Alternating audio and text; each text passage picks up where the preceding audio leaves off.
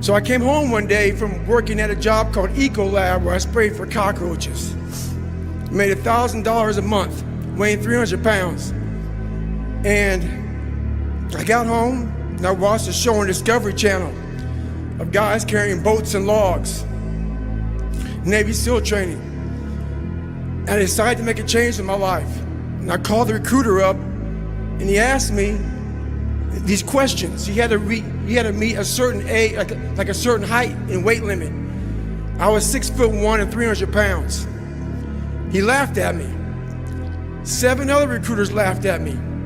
One recruiter finally said, "Come on in, I'm too busy to talk to you on the phone." He didn't know how much I weighed. I walked in the recruiter's office and he looked at me and he said, "You're fat and you're black." I said I want to be a Navy SEAL. I didn't know there had only been 35 African-American Navy SEALs at that time in over 70 years. He said I basically had to lose 106 pounds in less than 3 months because of my age. I was getting too old. I came back 3 months later, 106 pounds lighter. Thank you. I had that one viewer, and that viewer made me keep going.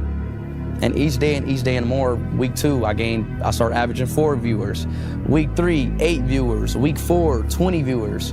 So on and so on and so on. So then my sophomore year,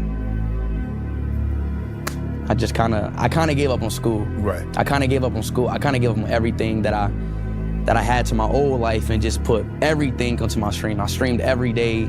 I didn't care about nothing else but YouTube, streaming. As I was streaming, there was a clip that kind of blown up. It was on Warstar. You remember Warstar, right? It didn't go viral. It had like maybe 30,000 viewers. So my dad showed my mom, because my dad watches Warstar. My mom seen the video. She's like, "What are you doing, blah, blah, blah? Why is everybody talking about you like online, blah, blah, blah?" Because it was like hate comments. Mm-hmm. So she kicked me out. No, she told me to quit. Yeah. Or I'm leaving. Like, you know, or like you can't do this in my house. So I'm like, I'm out. Really? Yeah, I was like, I'm out. You know, like I'm not about to stop. Like I was already averaging like 20 viewers. I had like 1,000 subs, 2,000 subs. Right. I'm already going. So and once I start something, I'm not stopping. Right. So boom, she kicked me out. I moved to my dad in Detroit. Then I kept going.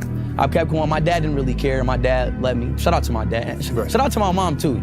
I still love my mom. She just didn't know what was going on. Right. But anyways, I kept going in Detroit, and I got here. I once had a guidance counselor tell me that I shouldn't play basketball, that it would never amount to anything for me. You know what? Much to your surprise, I took that counselor's advice.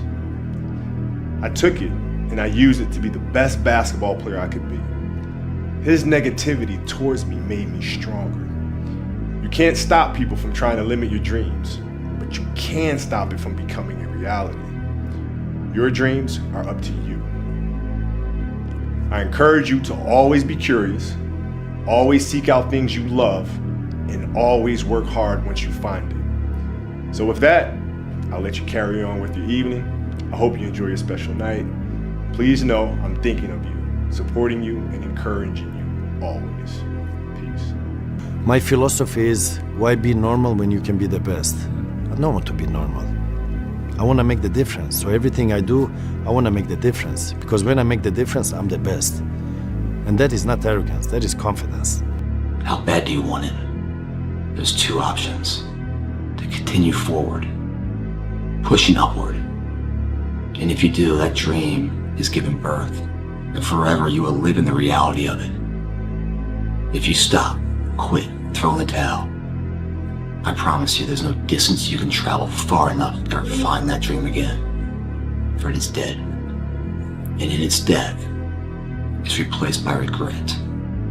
And then, boom, years go by, and I'm like, damn, bro, like 5, 6, 7 years went by, and this is still not working for me.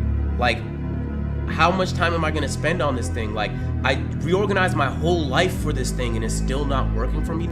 Like when my friends went and got jobs that paid well, these like security jobs that got $20 an hour, I would instead volunteer. I would, and so I did, and so I needed to spend time on YouTube. I couldn't do nothing that would take away from YouTube. When I went to university, instead of going in the dorms, which looked way more fun, I got a townhouse with 4 other people because the internet sucked in the dorms. I had to be able to upload YouTube videos. I spent too much on this shit. Like, bro, there was way too much time. Like, when my friends would go out, I'll be like, bro, I haven't uploaded yet, so I gotta upload today. Boom, I'm uploading. Bro, no exaggeration, I have reorganized literally everything in my life for this to work. And I remember I was in my 3rd year in university. Nigga, I have goosebumps. I was in my 3rd year of university, bro, and it was summer. Nigga, I wasn't even going home for the summer because it was tough to record at home. So I was staying at uni on a ghost campus. It was dumb empty. It was boring as fuck. But I would stay there because it was better for YouTube. Everything was, let me just, bro, I need this to work. I need this to work. This is what the fuck, bro. I knew what I wanted, bro. If you don't quit, you can't lose. It's impossible because you can just get up and try again. So that's all I did. Every time I felt like quitting, I would talk to some friends and I would convince myself of everything I already believed, why I knew I wanted this from years ago, and I would go again, and I would go again. And it was one video that finally blew for me. It got 50,000 views after 6-7 years. A lot of times I'll be in a 200-mile run or something like that, and I'm all jacked up. Body's broken, mind's broken, spirit's broken. I start to say, what if I can pull this off? When I first walked into the Navy SEAL recruiter's office, he looked at me and said, there's only been 35 African Americans in 70 years make it through. You know what I said to myself? What if I can be the 36th? It's the what if I can pull off a fucking miracle. What if I can become someone that no one thinks I can be? And just me talking about that, I have the hair going up on my arms because it makes me just like, what if? If you think the price of winning is too high, wait till you get the bill from regret. That's what it takes. To do anything successfully in life, you've got to want it as bad as you want to breathe. And if you want it that bad, if you're willing to give it that much, you get a big piece of what you want. And life and dreams do come true. Anything you want can happen and become a reality. I believe that sincerely, and I'll die on that thought.